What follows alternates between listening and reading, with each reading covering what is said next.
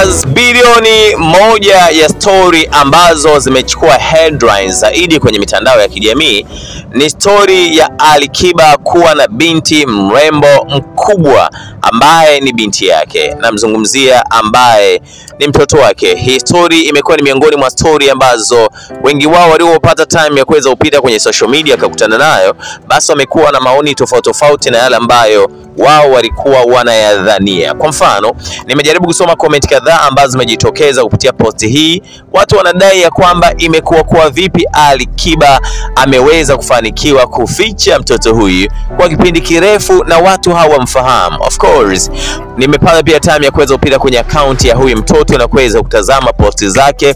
Ni miongoni mwa watoto ambao wako proud na baba yao, yani wanajisikia vyema kuwa na baba yake Alikiba. Ukisoma baadhi ya posti ambazo ameziandika ambazo alikuwa anamtakia happy birthday Alikiba na zile ambazo alikuwa pia ye mwenyewe anazungumzia tu maisha yake na baba yake, utagundua kwamba huyu ana ukaribu mkubwa na baba yake, japo kuna baadhi ya watu ambao walikuwa hawafahamu kama kuna ukaribu wa design hiyo. Mimi kazi yangu huwa ni kumsogezea Mwana Harris Billion update ambazo nakuwa nimezipokea baada ya kuweza kutana hii, nikasema pia sina budi kuweza kushare na Mwana Harris Billion naye apate kutambua kile ambacho kinaendelea kwenye maisha ya mtoto huyu wa Alikiba.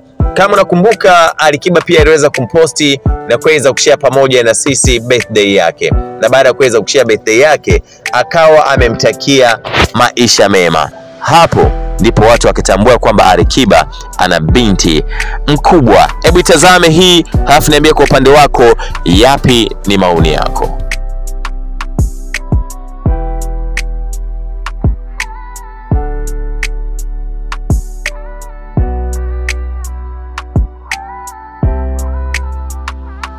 Leo ni siku muhimu kwetu.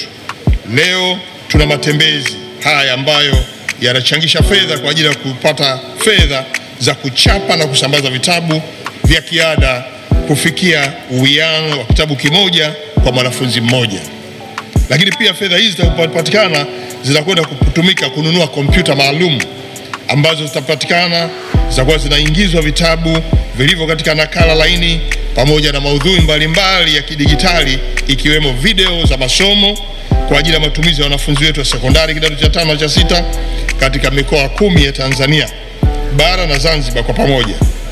Kwenye sera yetu ya elimu na mafunzo ya mwaka 2014 ambayo pia tumetoa toleo la mwaka 2023, imetamkwa kuwa serikali kwa kushirikiana na wadau itahakikisha kwamba kuna kuwepo na rasilimali fedha za kutosha kukidhi mahitaji ya vifaa vya kufundishia na kujifunzia kulingana na viwango vilivyowekwa katika ngazi zote za elimu. Niwapongeze tena Wizara ya Elimu kwa kazi hii nzuri. Niwapongeze pia wadau. Nimeona kuna wadau wetu pale ambao pia mmechangia tukio hili, na wote ambao mmechangia tukio hili na kuweza kupata fedha ambazo zitamkwa na mkurugenzi wetu. Tuwapigie makofi wadau wetu waliochangia fedha hizi. Leo tuna kauli mbiu ya kitabu kimoja mwanafunzi mmoja, lakini kimsingi ni kila somo, kila mwanafunzi kitabu chake kimoja. Haya ndio malengo ambayo sisi tunataka tuyafikie, na inawezekana. Na haya maendeleo haya ndio atakayotufikisha sisi kwenye teknolojia na matumizi ya vitabu. Ni jambo linalostahili kuungwa mkono, kwani vitabu hivi ndivyo ambavyo vitaweza kumpa mwongozo kijana. Bila hata kuwa na mwalimu, anaweza kupata taaluma yake kupitia vitabu hivyo. Na kwa hiyo kuwashirikisha wadau katika jambo hili ilikuwa ni azma yetu, na ukuchangiaji wao ni mafanikio yetu. Nataka tuwahakikishie kwamba michango yenu mlioitoa yote itatumika kama ilivyokusudiwa.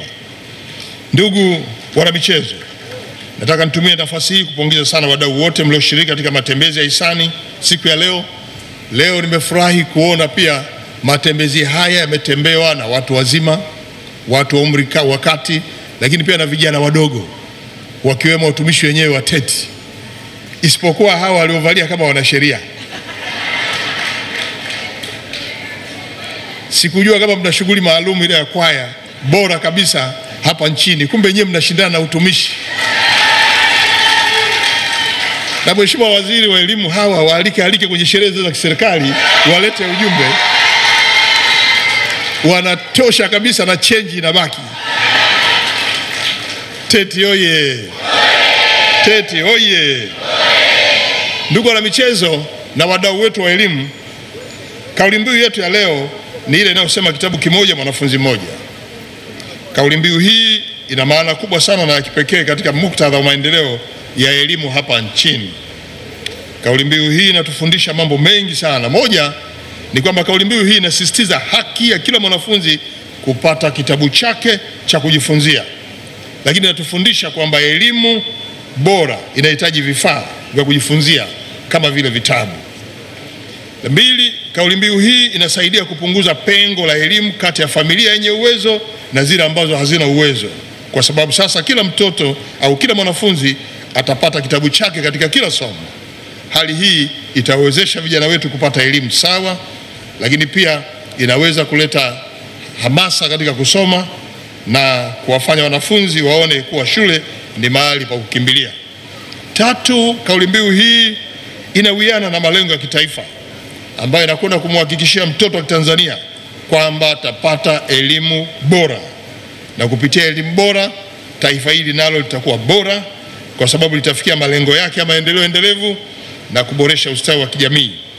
Na kila mtoto ambaye atapata vitabu vya kujifunzia atakuwa na ufanisi katika masomo yake, kama ambavyo tumeona vijana wetu hapa wote wame vitabu. Mwalimu amesema fungua ukurasa wa pili, kila mmoja amefungua, wamesoma, limeulizwa swali, kila mtoto ameelewa. Mjomba Mpoto, na wewe kwa usanii haya yote umeyatengeneza wewe, ni ujumbe tosha. Mjomba Mpoto siku hilo unatuliza, siku hilo unatufurahisha, leo umetufurahisha. Tumpigie makofi Mjomba Mpoto. Ndugu wana michezo ndugu wana michezo, haya mafanikio tunayopata ni mafanikio yanayotokana na serikali yenu ya awamu ya 6 inayoongozwa na Mheshimiwa Dr. Samia Suluhu Hassan. Hatuwezi kumtenganisha mafanikio haya na yeye mwenyewe, na ndio kwa sababu sasa tunatamani apate miaka 5 kwa ridhaa yenu. Pale tunaposema Dr. Samia 5 tena, tunamaanisha kwamba tunataka maendeleo haya yawe endelevu.